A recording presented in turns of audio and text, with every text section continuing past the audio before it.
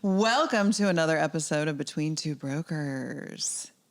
Guess what time it is? Time for me to get some singing lessons. It's Schmoopy time. Dear listener, thank you so much for writing in to podcast@smithspencer.com with this fantastic question that I think I'm going to be able to find in a second. Sorry, the inbox overflow. Okay, here we go. Dear Schmoopy, I am 1 year into selling real estate and ready to dive into the luxury market. Does the brokerage matter? And if so, pourquoi? Schmoopy, take it away. 1,000% it matters. I feel like it's self-explanatory, but maybe we'll deep dive into this one. Well, yeah, so they reflect your image.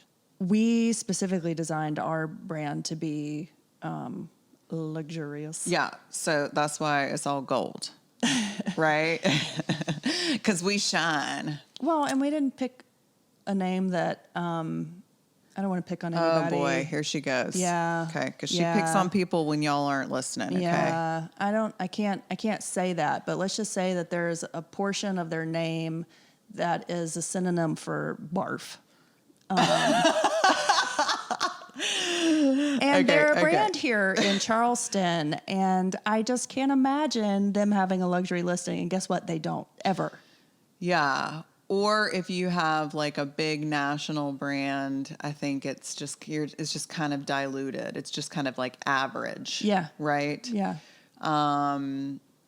So yeah, I mean, absolutely the brand matters. Like you want, there's just, I don't know what to say other than like the way that we approach our listings, and it doesn't matter whether it's a luxury listing or not. For us, I would say a luxury listing is anything over $750 probably, like in terms of how somebody would look at our market, maybe everything over $1 million. But I treat my $500,000 listings or my $250,000 listings like I get the best photography, and I make sure that my marketing is on point. And just like the way that we approach everything is the same. Yeah. And it's all beautiful, and there's no iPhone photos and like half-ass shit. And so you need to be associated with a brand that is going to teach you how to market a property properly to a luxury buyer, because there's so much nuance in marketing. Like, how do you talk to a luxury buyer? I mean, remember when we first started working together and I told you to look at the Departures magazine, the American Express Departures magazine, because all of those, I mean, they're all trying to market to rich people. And so you can understand messaging differently and what fonts are being used versus if you're going to look at Us Weekly. I don't know what a cheap magazine would be. I don't know. But I mean, we have several brokers here that do a lot of billboards. And there's, the jokey ones that are trying to appeal to a certain demographic. And then I can think of one luxury brand that does billboards here. And there are obvious differences. So it's just like, who are they trying to attract? We obviously try to attract luxury homes. Yeah, but people who are like us too, okay? Because there's a whole other part to this too. Yeah, the people behind the brand. Yes. Yeah, we don't hire everybody. So I had a conversation with somebody about this the other day. So we are a luxury brand, but we wear jeans and we wear heels and hoops, and we're not wearing pearls and hanging out at the country club for lunch, right. Okay? So there are the people who are hanging out at the country club for lunch, and there's nothing against them, but the country club people are not my people. I sold to country club people, the first 5 years of my business, and it's not that I don't do business with people who belong to country clubs. Of course I do, but I am not a lady who lunches, and I can't relate to a lady who lunches.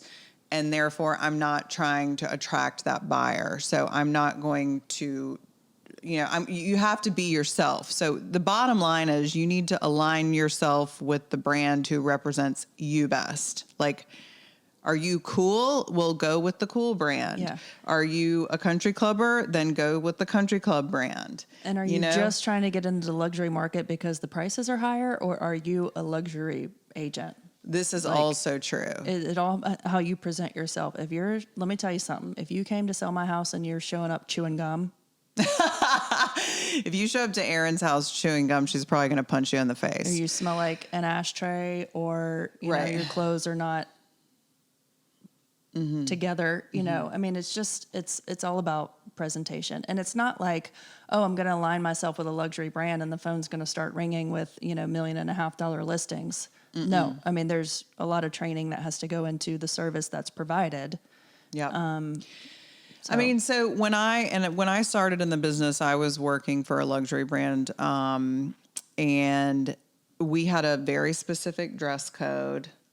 And, we couldn't wear anything that was like 3 inches above the knee, which, is very difficult for me.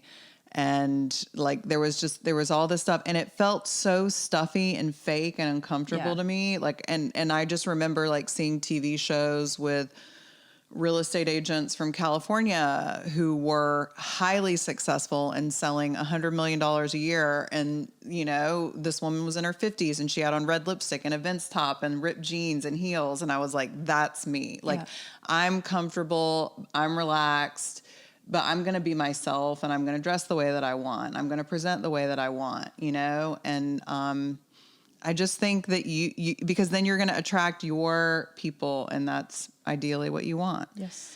So, I mean, my advice is like, pick the brand where you're like, those are my people, right? Yeah. Ultimately. And,